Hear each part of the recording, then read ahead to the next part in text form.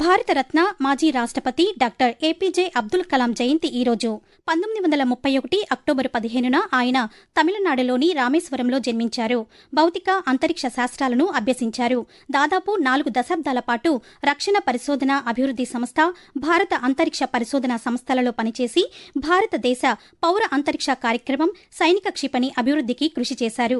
Ballistic క్షిపణి, ప్రయోగ వాహన సాంకేతిక పరిజ్ఞానం అభివృద్ధిపై చేసిన కృషికి భారతదేశ మిసైల్ మ్యాన్ గా పేరు పొందారు. 1998లో భారతదేశం పోఖ్రాన్-2 అణు పరీక్షలలో ఆయన కీలకమైన పాత్ర పోషించారు. 2002 నుంచి 2007 వరకు ఆయన భారతదేశ 11వ రాష్ట్రపతిగా పనిచేశారు. దేశానికి ఆయన అందించిన సేవలకు గాను భారతరత్న అవార్డు అందుకున్నారు. డాక్టర్ ఏపీజే అబ్దుల్ కలాం జయంతి సందర్భంగా ముఖ్యమంత్రి నారా చంద్రబాబు నాయుడు సామాజిక మాధ్యమం ఎక్స్ వేదికగా ఆయనకు నివాళులు అర్పించారు. పర్యావరణ పరిరక్షణ, భూగర్భ జలాల పెంపు, పర్యాటకాభివృద్ధిని దృష్టిలో పెట్టుకుని రాష్ట్రంలో చిత్తడి నేలల గుర్తింపు ప్రక్రియ చేపట్టినట్లు ఆంధ్రప్రదేశ్ రాష్ట్ర ఉప ముఖ్యమంత్రి కె పవన్ కళ్యాణ్ పేర్కొన్నారు. గుంటూరు జిల్లా మంగళగిరి క్యాంపు కార్యాలయంలో ఈ అంశంపై అధికారులతో ఆయన నిన్న సమీక్ష నిర్వహించారు.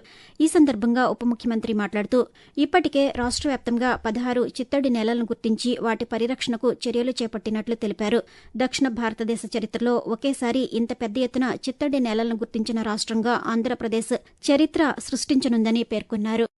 హంద్రీనివా ప్రాజెక్టు ఆయకట్టు పరిధిలోని 517 చెరువులకు గాను 299 చెరువుల్ని కృష్ణా జలాలతో నింపామని ఆంధ్రప్రదేశ్ రాష్ట్ర జలవనరుల శాఖ మంత్రి నిమ్మల రామానాయుడు తెలిపారు. కర్నూలు జిల్లా కేంద్రంలోని జలవనరుల శాఖ చీఫ్ ఇంజనీర్ కార్యాలయంలో సమీక్షా సమావేశాన్ని ఆయన నిన్న నిర్వహించారు. హంద్రీనివా ప్రధాన కాలువ పనులు సకాలంలో పూర్తి చేసిన అధికారులను మంత్రి ఈ సందర్భంగా అభినందించారు. అనంతరం ఆయన మాట్లాడుతూ కాలువ చివరి ప్రాంతమైన కుప్పం వరకు కృష్ణా జలాల తరలింపును అధికారులు ఎప్పటికప్పుడు పర్యవేక్షిస్తూ ఉండాలని ఆదేశించారు. ప్రధానమంత్రి నరేంద్ర మోదీ రాష్ట్ర పర్యటన నేపథ్యంలో ముఖ్యమంత్రి నారా చంద్రబాబు నాయుడు నంద్యాల, కర్నూలు జిల్లాల మంత్రులతో ఈరోజు టెలికాన్ఫరెన్స్ నిర్వహించారు.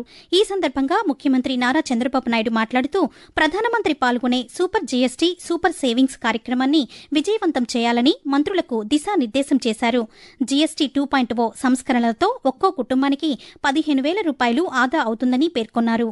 రేపు ప్రధానమంత్రి నరేంద్ర మోదీ 13,000 కోట్ల రూపాయల విలువైన ప్రాజెక్టుల శంకుస్థాపన ప్రారంభోత్సవాలు చేస్తారని ముఖ్యమంత్రి తెలిపారు. కర్నూలులో జీఎస్టీపై జరిగే బహిరంగ సభకు వచ్చేవారికి ఇబ్బందులు లేకుండా ప్రభుత్వం అన్ని చర్యలు తీసుకుందని వివరించారు.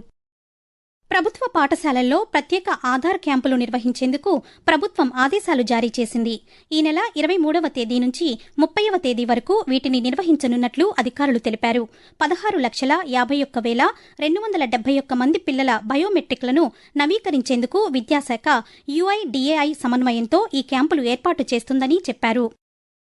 చిత్తూరు జిల్లాలో 31,929 మంది మామిడి రైతుల ఖాతాలకు 146 కోట్ల 84 లక్షల రూపాయల సబ్సిడీని రాష్ట్ర ప్రభుత్వం జమ చేసినట్లు జిల్లా కలెక్టర్ సుమిత్ కుమార్ తెలిపారు. కలెక్టరేట్లో ఆయన నిన్న పాత్రికేయులతో మాట్లాడుతూ మామిడి ధరలు తగ్గడంతో రైతులకు అండగా రాష్ట్ర ప్రభుత్వం కిలోకు 4 రూపాయల మద్దతు ధర ప్రకటించిందని అన్నారు.